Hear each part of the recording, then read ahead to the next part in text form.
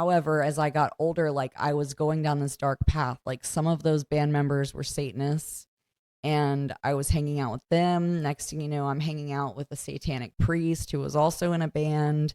And I didn't actually go to the church, but that was very drastic. Like I was raised Catholic.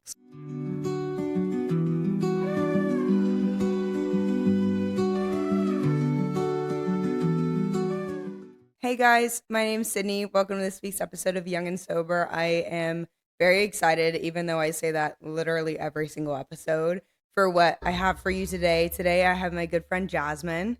Hi. She is someone who I met within the rooms of recovery, which kind of seems to also be a theme in this podcast. But she was someone that I met very early on to being in recovery, being in the rooms. And she just took my hand and was like, "You're a part of our friend group now." And was a huge saving grace for someone I met within the rooms of recovery, and just having a community and being able to find friends and have friends. You are a massive part of my story, I think, on the recovery side of things, and I'm so grateful for you. So I'm pumped. Do you want to go ahead and tell us what your sobriety date is? Sure. So my sobriety date is January 17th, 2025. Oh my gosh, yay! The first time I've ever made it to a year. So Really? hopefully the last time I ever have to do that. What's the longest you've strung together before this point? The year before, I had 2 weeks before my 1 year, which Oh, is funny because I had the same sobriety date. yeah. It was just like 2 weeks before it, I ended up going back out and I wasn't done yet. I ended up going back to the hospital and everything. And I came back and was out like the same day. So it ended up being my sobriety date this time. That's crazy that it's Yeah. like on the same day. Yeah. That's wild. So you want to start digging into your story? Where did drugs and alcohol start for you?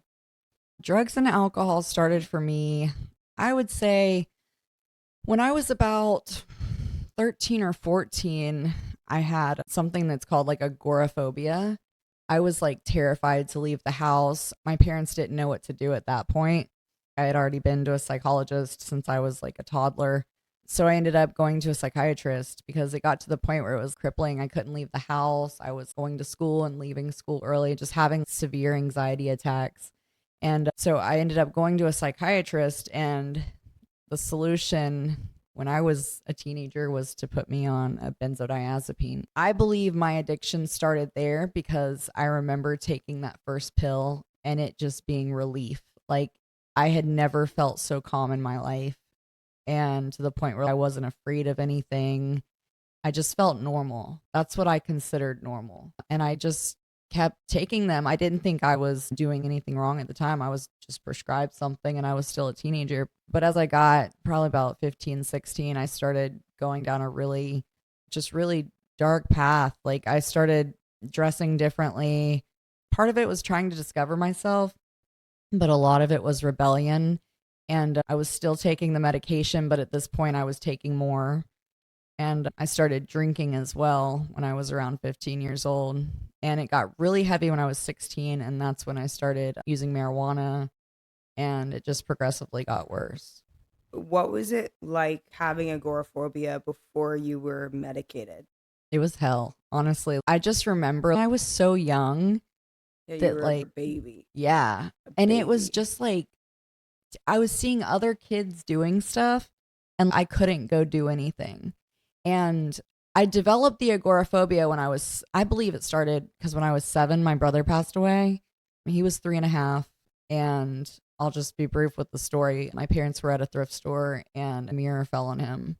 And it was unsecured. It was an 80-pound, very tall mirror. The man that set it up had stuffed animals all around it. He was 3.5. My parents were like right next to him. But when they turned around, my dad turned around to hang up a coat and he turned back around and the mirror had fallen on him. So it crushed his skull. He was in a coma that Oh day and my then gosh. pronounced deceased the next day. But I think it was in the local newspaper. I was starting school and this was 1995. So I was in first grade, going into first grade and around second grade or something.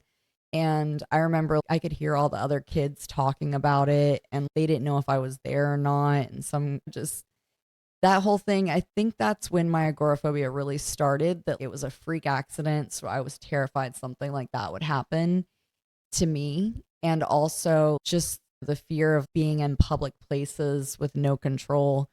It was hell because before I was 7, I was in dance and I loved going to school. I was a nerd, but I was like really active with my friend group and everything. And it was absolute hell. How did you see your friendship start to shift after you had your diagnoses and they prescribed you benzos and you were on it for a while? Like, what started to change? Quit being as social as I was and I started being like more angry at times. I almost got cocky in a way that I was just like, whatever. And I still had some friends. At that point, everyone's just starting to do their own thing and some are going to different schools and this and that. And it was just, I started training in wrestling. I trained with Dory Funk Jr. for a while and that was fun, but it got to the point where I couldn't even do that anymore because my medication use was getting in the way. Like I kept taking too many, then my mom was taking them. Oh, Yeah. So it was just, so there was just like no regulation. no, she was also prescribed them. So like we would take them together and Oh, trade them. And I learned to do that at a very young age. that's really hard. Yeah. How did you see your relationship with your parents change throughout that time? My parents, things were never the same after my brother passed away with my parents. And my dad was always there financially, but he was never really there emotionally. And my mom was always there a little too much emotionally. My mom lost it after my brother passed away. It was chaotic growing up and she was grieving. So she was just all over the place. My relationship with them started getting bad because when I was a teenager, my mom also started drinking. She had been prescribed benzos as well at one point. That's part of the reason why she brought it up to the doctor that it might be a solution. And at the time it was. And I don't blame her for that. But I think that her and my dad started to fight back then really bad. Like they were fighting and arguing, and she would get physical with him. And it got to the point where when I was 17, they got a divorce. But I just started being really rebellious towards them. Right when I turned 16, I remember I pierced my nose and that was like not allowed. I was raised strict Catholic. Like I wasn't allowed to have any tattoos or any piercings. So I was doing everything that I could within my power to tick off my parents. I love my dad dearly, but I have never seen him cry. He will bury himself in work. You watched him shut down and your mom just fall apart. Yes. So it was like two complete opposite ends of the scale. How did you start to handle your emotional problems as you grew up watching your parents handle their problems in that way? What was your go-to coping mechanism? It was difficult because I had this like, when I was a toddler, I got kicked out of preschool because I remember it still. This girl picked up a block to throw it at me. This is back in the early 90s. We had these big building blocks and stuff, and they were wooden. And she went to pick it up to throw it at me. And before she could do that, I picked one up and threw it at her. Ooh. And she had to get staples in her head. I was a violent child. And that was like my first addiction, really, was violence. I had to go to cognitive behavioral therapy with a psychologist and all this stuff. So it was really hard to deal with my emotions on my own and everything because I had just known go to the doctor and lie to them because if you tell them something, they're going to tell your parents. And then I was going to the psychiatrist and still seeing a psychologist. So it was like, if I say or do the wrong thing, like at this point, my mom's in psychology school. She was in nursing school at the time. She was going to have some sort of like DSM in front of her and she's going to give me a diagnosis if the doctor doesn't. So I was constantly trying to hide my emotions. Oh, that's really hard. It was bad. And that's brutal. You're like, you're just as sick as I am, and you're the one diagnosing me. Yeah. And you don't have a degree. You're not certified yet. So it was bad. And she wasn't able to finish school with my brother passing away. It ended up getting to her and everything, but she still had carried that knowledge that she did have into the doctor's office, telling them like, hey, I think, and that's her thing. But for me, it was hard because I didn't want to tell the doctor the truth. Meanwhile, I'm like, at this point, when I was a teenager, I would cut a lot. I had an addiction to cutting, which was terrible, but I would hide it. I didn't want them to know that I was hurting or anything, and I didn't want to get Baker acted. Yeah, I was the same way when I was a kid. I hid it very well, or at least I thought I did. Maybe it Yeah. just, you never know. So you're at 16, things started to unfold, and then that's when you started to drink as well? hmm Okay. And then what else happened? Marijuana, benzos, drinking. What Also, happened next? so when I was 16, I had a girlfriend at the time. I thought that for me, I'm not bisexual or anything, but at the time I was trying to figure out if I Well, your was. whole life is falling apart in front Yeah. of you. I feel like pretty normal to start thinking that everything else is a lie too. And so Yeah. you just start trying things to figure out who the hell you are. So I feel like that's so valid. We were just best friends. I started dating girls, doing that thing, but at the same time, I was interested in talking to a guy, but I was so afraid because I had seen like all my friends that were female, they would date a guy and he would sleep with them or something and then be done. At that age, some of them felt that way. And I was terrified, but I started listening to like metal music and wearing black lipstick and just demonia boots and Jinkos turned into trip pants. Like I was buying everything at Hot Topic. I was very goth at the Yeah. time, which was complete opposite of what I had been before that. But I remember I got this magazine. It was called like Metal Edge magazine. It had all these metal bands in it. And there was a band in there. It was an industrial band. And there was a guy in there. And I fell in love with him. I thought that was the one. So long story short, I ended up finding them online, getting in their chat and talking to them and becoming friends with this band as I was 16, 17, 18. And I became friends with them and I would just go to their shows with my dad. It was innocent. However, as I got older, like I was going down this dark path. Like some of those band members were Satanists and I was hanging out with them. Next thing you know, I'm hanging out with a satanic priest who was also in a band. And I didn't actually go to the church, but that was very drastic. Like I was raised Catholic. So it was like for me to go and do something like that, I was already trying to figure things out and just rebelling. When I was 18, I got my first tattoo. It was just a little like Jolly Roger on my wrist. But I started really rebelling around that age. And I was just, I don't know. I thought I was this like rock star. I wasn't in a band, but I was modeling. I was doing all this stuff, but I was doing it like with tattoos and stuff. I had done modeling earlier in my teens, like through an agency. And it was like, you have to be no tattoos, no nothing, very different than what I wanted to do. But I was just so set on proving these people wrong that I can do whatever I want because they can't tell me what to eat anymore. They can't tell me what auditions to go to and this and that. So it was like, I'm just going to do what I want. And I had few friends, but I was ultimately just using and drinking nonstop. I can also imagine a modeling at such a young age, how damaging that was on your self-image.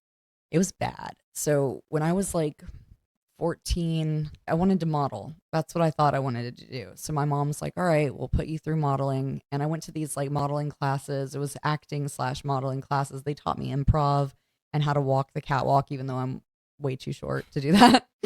But it was like just learning the ins and outs of the industry. And it was terrible. I had headshots, all this stuff. But I remember I ate a Snickers bar and my agent freaked out.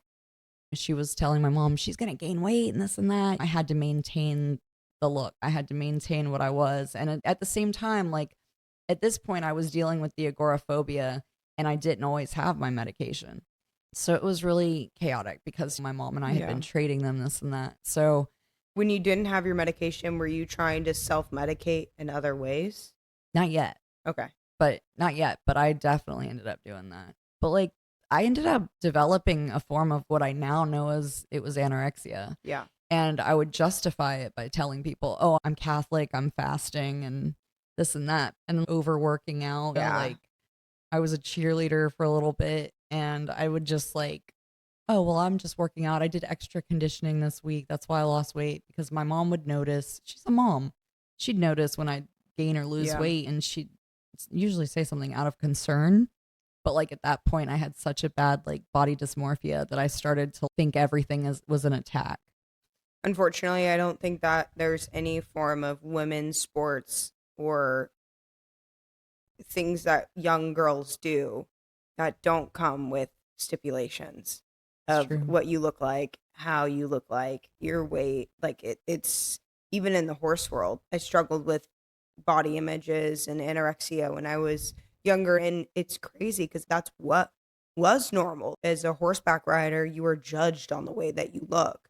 And if you're eating certain things, like my coaches would make comments like, "Oh, you don't need to be eating that. You are going to put on too much weight. The judges aren't going to look at you how they look at you now. Like you're getting judged from the time you sit on a horse." So I completely get it. It's so hard. Like cheerleading, modeling, like talk about back-to-back things that include how you look and how you show up because they're judged sports. And I think a lot that contributed to that too was my family. My mom and dad were falling apart in the house. My dad was going to work. My mom was taking care of the house. And then when I was 12, my mom gave birth to my little sister.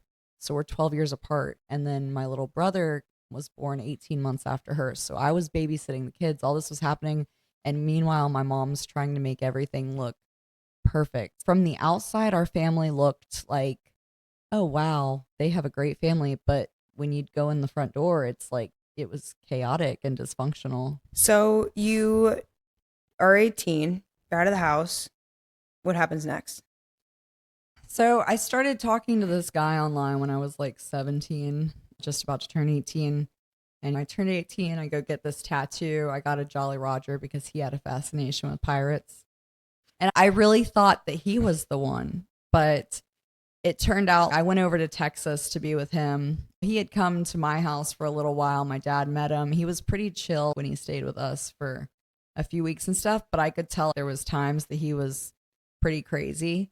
And he wouldn't drink or he didn't use drugs or anything like that, but I was still drinking and he was just really mean at times. He would get really verbally abusive, but he wouldn't do too much of it because my dad was there and my dad could be pretty scary at times. So then I remember I went to Texas with him and it just got so much worse. I remember there was a time when he forced me to drink a bunch of beers that he bought for me. I don't remember. I wanted to drink at the time, but I don't remember how many he made me drink. I had to pee and he wouldn't let me go. It was a form of control for him. Ooh. Yeah. And he was like a few years older than me, but he was 6'2". He was just a terrible person. And he ended up holding a gun to my head one night. And that's when I was like, I got to get out of here because his mom and his dad seemed to be afraid of him and they could never keep him calm or anything. He was so abusive at times. He wouldn't hit me, but he would push me and stuff like that to where he was really rough. And I was really small. He was a very big man. It was just scary. And I remember I called my dad and my dad flew me home and I never looked back after that. Thank God. Did you see your addiction and alcoholism jump after that? It went so much worse after that. I was already drinking and everything and like smoking weed and using substances from here and there. But when he wasn't in the picture, I was drinking all the time. It picked up. I started using cocaine. I was still taking my benzodiazepines that I was prescribed at this time. And anything that would come along, really, just mostly anything I would take. And was there ever any inkling that you needed to get sober through this time? Or were you just, I'm going to do this till it ends?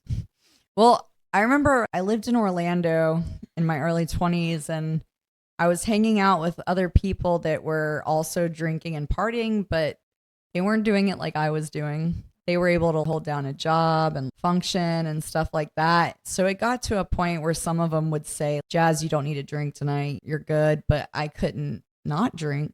And I would just take it way too far and get out of control. And I had some family members that had been sober and even attended some 12-step programs and everything. And they were like, I was so set on proving them that they were wrong. Like that I don't need to get sober. I can function. And I would trick myself. One night I would have just a glass or two of wine, but then a few hours later I would have it again. And I could never just have one.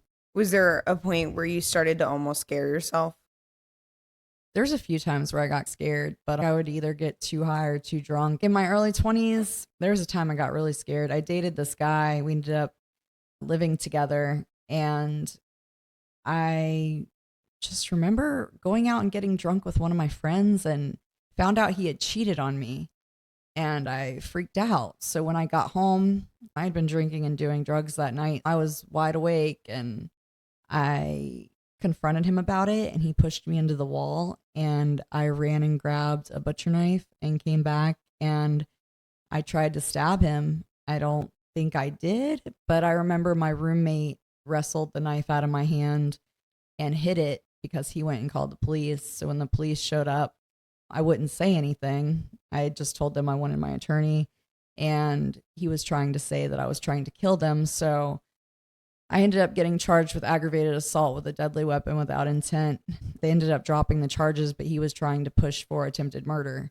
And they had no weapon, and I hadn't shared anything, and I had a really good attorney that was guiding me through that. So that was my higher power. But it was so scary at the time that I remember being in jail, and I was going through detox off of benzos and alcohol. And I was just going through it, and my mom wouldn't pick me up. And it was just terrifying. I thought I was going to be, because when I went to first appearance and stuff, they're telling me, like, you could be in here for a very long time. And we didn't know what the outcome was going to be. So I think that was a time that I thought to myself, like, maybe I shouldn't drink so much, but I still kept doing it. After that, did you try to put some sobriety together, or were you just... No, not until when I was like 27, I got pregnant with my daughter. And I think at that point I realized I can't drink while I'm pregnant. I can't do anything while I'm pregnant. Were you terrified when you realized that? Like when you couldn't drink while you're pregnant? Yeah. The doctor kept me prescribed a low milligram of benzos because they said if they weaned me off, it would have hurt the baby or something. But it was just so scary. I remember not being able to do anything, and it freaked me out. And at the beginning of the pregnancy, I didn't know I was pregnant. So I was drinking and smoking marijuana and stuff like that. But thank God that didn't do any real harm. What was your job situation through this time frame? So I'm talking like 18 to 27. Most of it, I was a stripper. I was just like, I'm gonna piss my dad off, and I did. he did not like that, and I hated it, honestly. But I was like, dude, I can just get drunk and listen to the music I like and dance on a pole with my friends and do whatever I want. Yeah, I couldn't hold down a job. There was times, like, I remember I was living in Fort Lauderdale at one point, and I got a job on this boat that was like doing pirate reenactments for kids. And it was like floating around in the ocean, and it was a really cool thing. And I was just there to help. I wasn't acting like any pirate or anything. I got fired the next day because I couldn't come in because I was so hungover. And that was a constant thing. Anytime I'd get a job, I tried to waitress for a while, but I worked at a sushi restaurant, and I was slamming shots of sake in the back. And I couldn't deal well with people. I was very explosive. If someone got angry with me or even gave me the idea that they had an attitude, I would just snap and lose it and get really out of hand. I didn't know how to carry myself at the time. So I danced for a while, and there was times like in my early 20s and even late 20s, I called it alternative modeling, but it was like photo shoots. A lot of them were paid. I was published a few times, but like with tattoos and stuff. But it wasn't anything that I would be proud of. Yeah. Would you categorize yourself as a real alcoholic? Yes. Oh, yeah. What was it like emotionally going through pregnancy as an alcoholic? I was terrified. I had been told like most of my life I have an endometriosis. So my doctor told me most of my life, you can't have kids. You're not going to be able to get pregnant. And I had a miscarriage with the guy I tried to stab in my early 20s. That was my higher power protecting me from all of that. There was always a reason for something.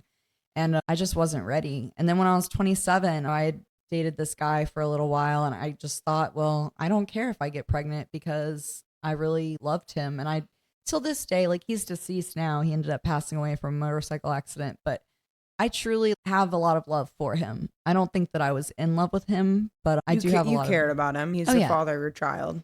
Oh, yeah. So I feel like you're going to have a lot of feelings for that person. Oh, yeah. It was really hard being pregnant because when I first found out I was pregnant, being raised Catholic, I didn't necessarily believe in abortion or anything, but I panicked. And My mom saw me and she took one look in my eyes and she was like, "You're pregnant." She could just tell by looking in my eyes, which is so weird. But I was like, "No, there's no way." And I went and took a pregnancy test and I was 14 weeks pregnant. And she's like, "If you get an abortion, I'm going to disown you." And I was like, "Oh my God." But I was so scared that part of me wanted one, but there was a part of me that really wanted that. I was just trying to run by even having that thought. And I just could not go through with that thought. I ended up giving birth to my daughter. I went 2 weeks over my due date and was in labor after I was induced for 3 days with no epidural. So Oh my gosh. dude, it was bad. That's horrible. Worth it, but oh my God, that was so painful. It was brutal, but she came out. She was healthy. Everything was fine. For a while, I was like, dude, I gotta get it together. I've been doing pretty good up until now, but I was like, I really gotta continue down this path. She was so little and I was taking care of her. Her dad wasn't really in the picture very much and he wasn't ready to have a kid, but he said he wanted to be there when she was older and he met her a few times when she was a baby. But I would always be in relationships. I was addicted to relationships. So I ended up dating this guy. He was helping me take care of her and everything. And I lived with him for a while, but I started drinking really bad. I had her up until she was 2 years old in my custody, but it got so bad throughout it. I had postpartum depression and I loved her. I just didn't feel like I deserved her. She'd go to sleep and I would start drinking. Every night when she was asleep, I would be drinking. And then throughout the day, I'd be hungover taking care of her. And that continued until when she was about 2 years old. DCF started coming around a lot because I was hanging out at my friend's house. And even though they had kids, I was pissing people off at times and they're filing DCF reports on me and stuff. And I was just out of control. Looking back, I shouldn't have had my daughter in my custody because even though I thought I was doing a good job, I was feeding her and giving her stuff to drink and changing her diaper, but I was drunk around her. Yeah. So I think one of the hardest decisions I had to make was they were threatening to take her away. And I was like, no, I'm attached to her. That's my baby. And I ended up having to place her with someone, a family that's very close to me.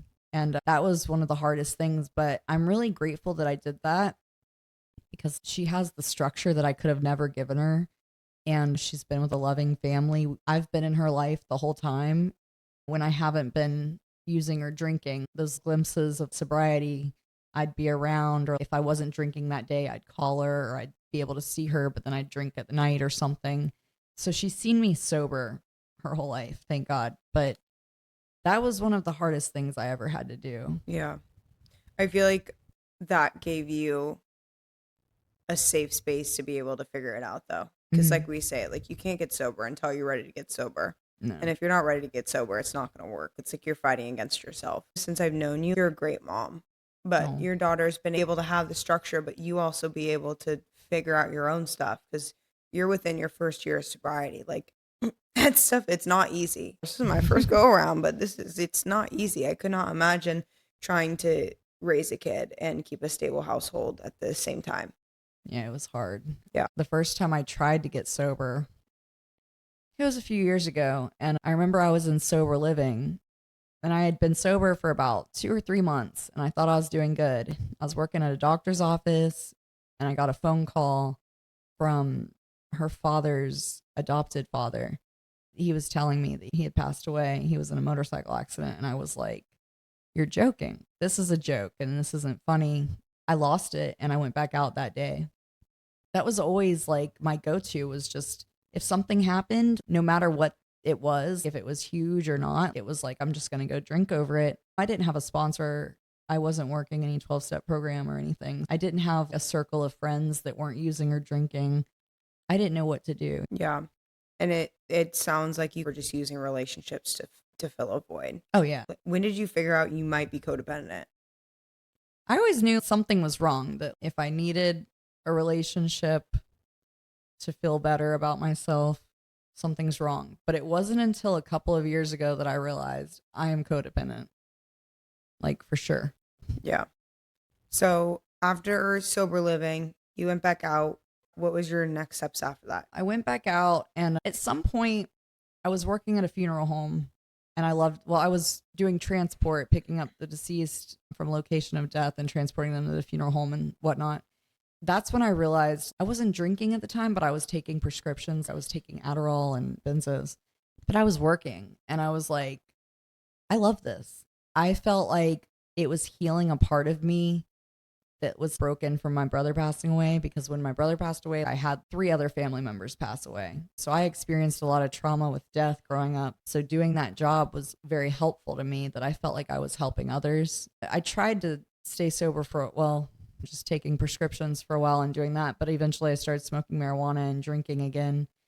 That happened off and on, where I would get a job that I liked at a funeral home and I would stop drinking and stuff like that. But then I would end up going back out and quitting the job. It wasn't until a couple years ago I was like, I think I need to go to rehab.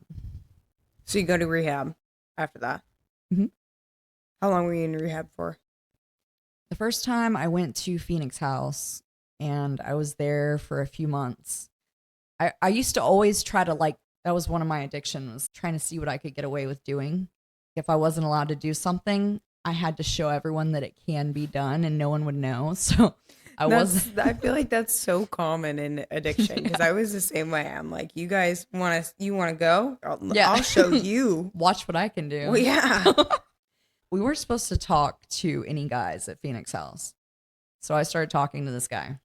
Of course, I had my phone and we started talking, and I thought I was so slick as to how I even got his Facebook and got his information to talk to him. You couldn't tell me nothing. It was so ridiculous. So eventually I'm not paying attention in the classes. The one problem I had there was, like, I was addicted to wearing my makeup. Then I had to wear it every day, and I'm like full blown, like eyeshadow, everything, like just full beat, like everything. And I couldn't wear anything, including fake lashes, unless I memorized this paper that was like about being a productive member of society. It was like a paragraph long, and had to have that memorized and say it in front of the director in order to be able to do that stuff. So I was sick of it. So eventually I learned it and I was able to do that stuff. But by that time I was already checked out. I left with him. He was leaving because he was about to violate probation or something like that. And I was like, I'm going with him. So you AMA'd when you left. Yeah, I ended up leaving. I lied and told my therapist there that I was going to a sober living and this and that. Where I went was not a sober living. Everyone was doing drugs. And right when I got there, I was smoking weed, which led me to everything else. Yeah. Weed sounds like your gateway. Honestly, because the second I start smoking, it's like it always goes like vape or cigarette to vape to weed. For me. That's just how my brain works. I ended up going to rehab again. It was a year before last. And that was very helpful. I finally started being honest with my counselor. I was open with her, but I just felt connected with her. And at first I was like, I know I need this, but maybe I don't. Dude, a good counselor changes everything. Oh, yeah. Changes everything. Because I had all these bad experiences with like psychologists and psychiatrists. Like your white coat fear. Yeah. Like, I did feel like they were trying to test on me and stuff. Like, I thought for sure I was captured in a test experiment for a while. Because over all of this happening, there was so many times that I'd go into psychosis. Like, even just marijuana would throw me into psychosis. And I would get thrown into solitary confinement. I'd be fighting the technicians, getting shots. I remember at one point I was in there for 2 whole months, just in nothing but a box with a mattress. That's how bad it got. That's so crazy. It was insane. I want to talk a little bit about the psychosis. What is psychosis to you? What does that feel like for you? What's your experience with it? Honestly, like, when I was in it, I didn't know that I was. Yeah. It's like being in a bipolar manic episode, but a little bit different. It's like the same thing. You don't realize you're in it, but when you're out of it, you know you were in it. I thought at one point, I thought I was pregnant with Jesus. That's how my brain, like, that I was going to birth the new God. And That's it was like wow. a second coming of Jesus. That was the kind of stuff that my brain would tell me, or that I was like some spy, or that there was a celebrity and he's watching me through the cameras. And he's going to come in here with me and we're going to live happily ever after. It was terrible. That's terrifying. Yeah. How emotionally drained were you coming off the backside of psychosis? What does it look like when you come out of psychosis? I was so drained. I remember there was times I'd run. They gave me a lot of ETOs, the shots to knock you out, because I was constantly running from them. I remember some of the psychosis, I would be like a feeling of impending doom throughout the whole thing of just anxiety and almost like I was in a form of purgatory or something. I thought I had died and gone somewhere else. So coming out of it, I was very tired and having a lot of anxiety because when I was coming out of it, I didn't really know what was real and what wasn't real. Were they drug-induced psychoses for the most part, or Oh, were they yeah. also just like naturally induced psychosis? Most of them were drug induced psychosis, but I know last year when I got out of rehab, I went to sober living. I tried to work with a sponsor for a little bit, but I just wasn't willing to get honest with anybody. And I wasn't done yet. And I started dating right when I got out. We're now engaged, but I ended up pushing them away at the time and just like, I went into psychosis after breaking up with them and I couldn't sleep. And I didn't use anything. I just went through a form of psychosis. I think it started to get bad and then I had left the house and picked up some weed and that's when the psychosis was full effect. Yeah. When I first got sober, dealing with bipolar manic episodes, because it's like you're sitting in movie theater and you're watching your life unfold in front of you and you have no control of what's happening next. Did you have fear around your psychosis episodes when you got sober that even though you got sober, they wouldn't stop? Yes. Even this year I got scared because last year I had the psychosis. I almost had a year sober and then I went back out 2 weeks before I had a year. And this year, tomorrow's my sober date, which was the same sober date as it would have been last time. The past 2 weeks, it's gotten better, but I was like, what if my brain just Flips. snaps and goes into a psychosis episode? And that happens every year around this time for me, like clockwork. And I think that was just my disease lying to me about stuff. I had to do some 12-step work, Reese, to help that so that it didn't happen. I have this fear that since it happened without any substances, like there's a possibility that it always could happen. But that's completely a realistic fear though, 100%. Like your Yeah. brain does something so many times. That's not a fear without any basis or anything. That's true. like an actual fear. This stint of sobriety has been your longest one so Yes. far. What has been the biggest difference of getting sober this time versus the time prior? What's changed? A few things, honestly. I'm 37 years old. I'm just so sick of it for me. I've had enough. One. The other defining factors were like, I completely changed people, places, and things because I changed it almost entirely, about 98% the last time, but I still felt connected to a couple people from my past that I felt like I was obligated to reach out to and let them know that I was okay. And that wasn't the case. The other thing that I think was really helpful is I actually buckled down and was honest with a sponsor and working a 12-step program. Would you consider yourself Catholic now? I don't know. I believe Jesus is my higher power. You believe in a God of your A understanding God as of it my is now. understanding, yeah. How is your because obviously recovery is very spiritual, at least the type of recovery that we do. It's almost like you can't really do it without having a little bit of spirituality. How has your past experiences with spirituality in whatever form affected trying to build a relationship with your higher power now? It was really hard at first because I had all this anger towards God because I thought it was his fault that like my brother passed away and that all these bad things had happened, but that wasn't the case. I just wanted to blame him for everything. And I wouldn't say I regret venturing out and doing all this stuff. Like I did witchcraft, I hung out with Satanists, I practiced Anton LaVey's Satanism for a little bit. Like there's certain things I did that like I don't regret. I had to do all of it in order to get here because I had bad experiences with everything I did. And it wasn't until I was told it's a God of your understanding, I was like, oh, so it's not what I read in the Bible. Because being Catholic, we don't necessarily read the Bible. Well, I didn't necessarily read the Bible, but we would have a priest interpret it. But like, it's a God of my understanding. So I'm like, I have a dark sense of humor. So I was like, if I make a dark joke, am I going to be condemned or something? I thought that for a while. And like, I had to make it a God of my understanding that it's like my higher power has a dark sense of humor, certain things like that. Would you say that working a program is the only thing that got you back to having a relationship with God? No. What got you to that point? Well, just everything I've seen in life was like, there's definitely God's out there. Because for a while I started to question his existence. Like I considered myself agnostic at the time because I couldn't confirm or deny, but I was like, maybe there's a God.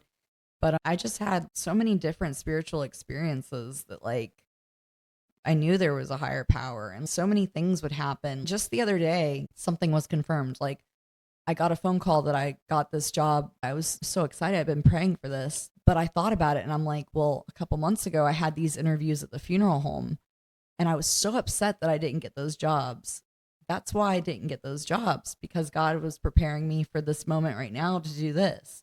So he had a plan, but it was like little things like that happened. I Yeah. just happened to pray this, and maybe that it's not the sole purpose that happened, but he did answer my prayer. Did you have any internal warfare when you went to go give your life to God once you got sober? I felt like I did.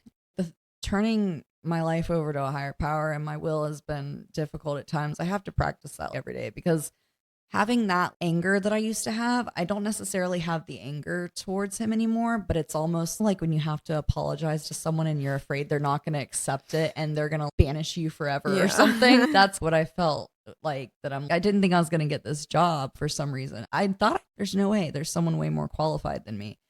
And it's also my brain was, you were being grumpy earlier this week and sassy. God's not going to let you get little things like that. It's just, I think it's this disease just telling us things. What would you say to younger you? Let's go with 14-year-old. You get diagnosed with agoraphobia and you're prescribed benzos. The day that started it all, what would you go and say to little you?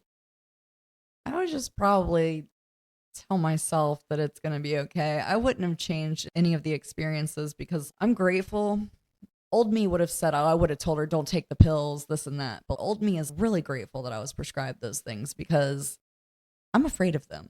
Not only do I just not want them, but also I have a healthy fear of it, that it's just like alcohol or any other drug or substance. It might help right now or for this right in the moment.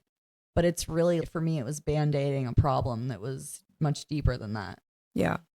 And what has been some of the greatest things to come out of being sober this year for you?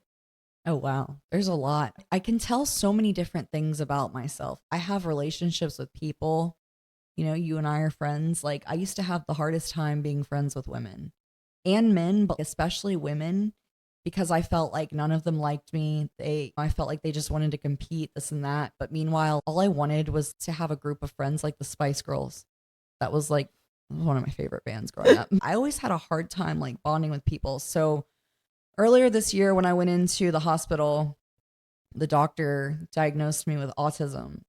It makes sense after looking up the everything, because that's what I did. Was anytime I was diagnosed with anything, I'm gonna look it up.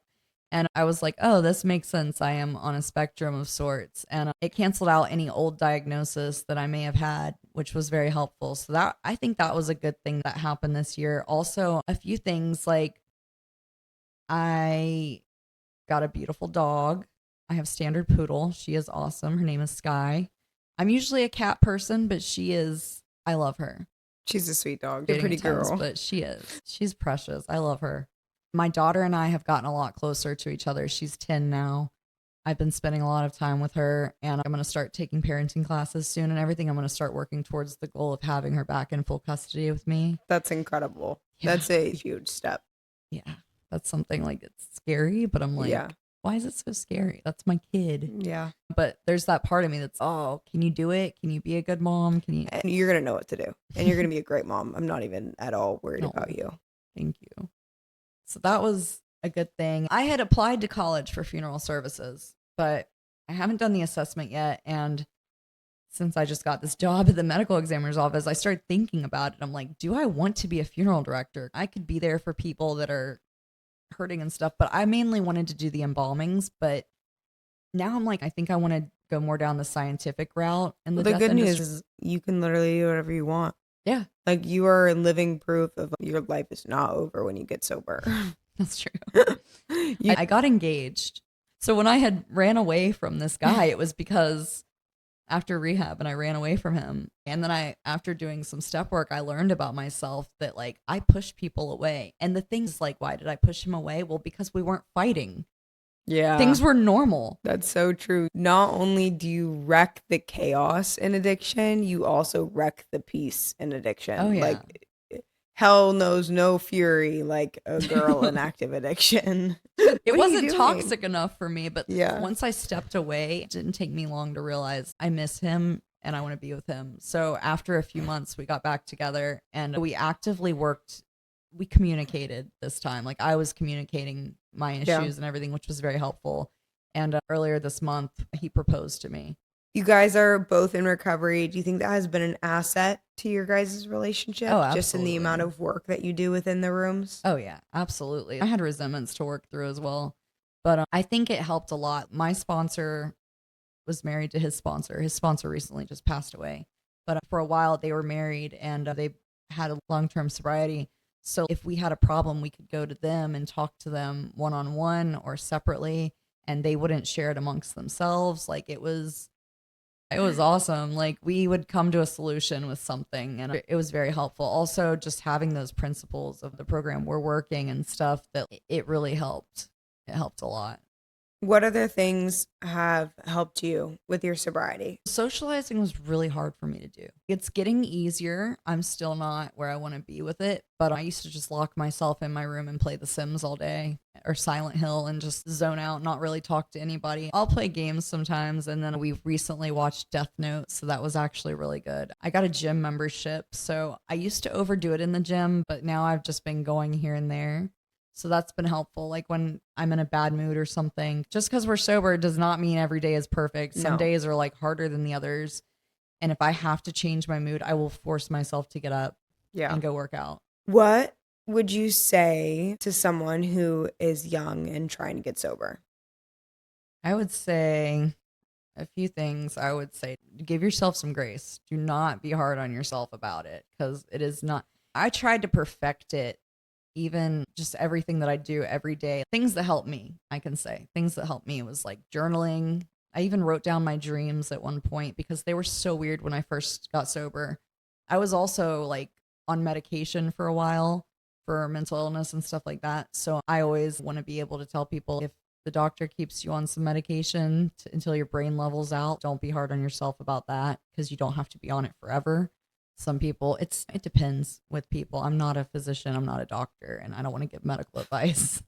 But for me, it was helpful. Also, service positions, if you're attending a 12-step group, which I would highly recommend, is like service positions can really get you involved. Even if you're just making coffee, that's another way to cure the boredom. If you're bored, go to a meeting, get there like 30 minutes, an hour early, have some fellowship.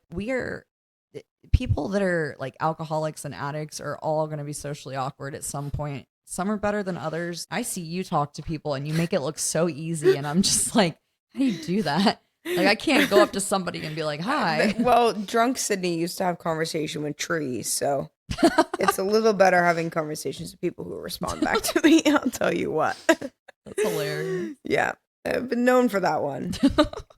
I would just say, don't push yourself. Just like, it's one day at a time. But the cravings do go away, and don't give up before the miracle happens.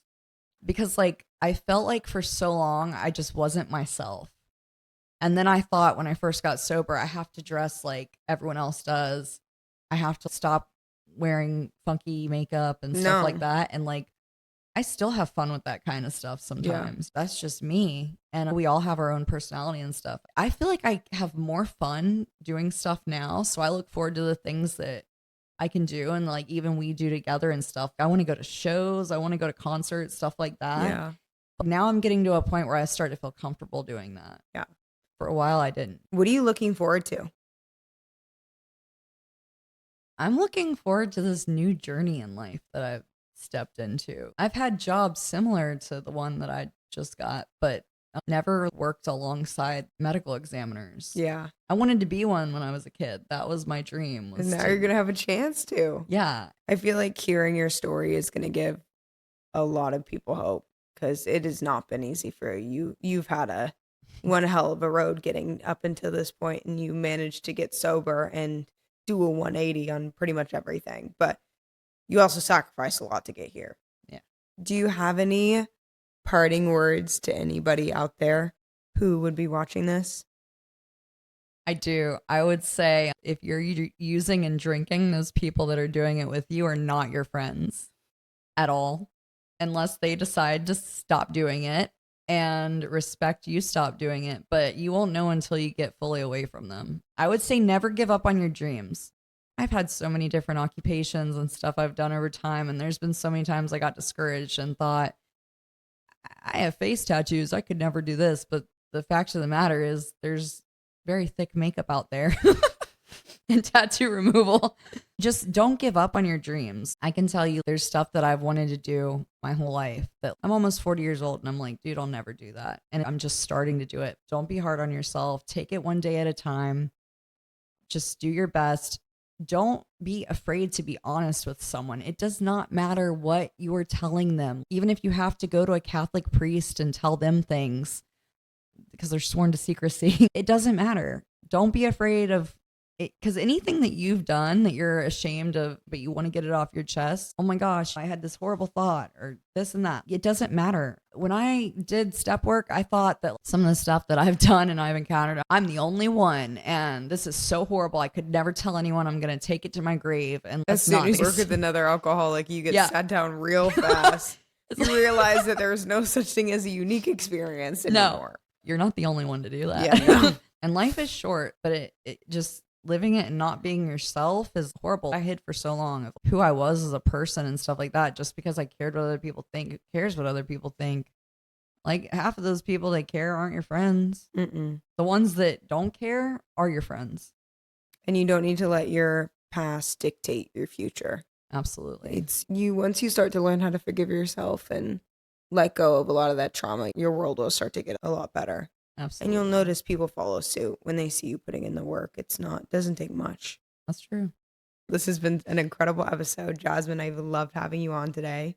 Thank you so much for coming and sharing your story with the great people of Young and Sober. Oh, thank you, Sydney. I had so much fun talking to you today and getting to know you and your story. You almost brought me to tears a couple times there. I got a little emotional over here. I was like, wow, I wasn't expecting to cry today. Thank you so much for coming to this episode of Young and Sober. As always, for the sober confident, the sober curious, and the sober-ish, please take care of yourself and rest and drink water and eat and do all the things you need to do. And in the meantime, follow us on social media to keep up with behind the scenes and other cool BTS stuff we have going on. And I will see you guys in the next episode. Love you. Bye.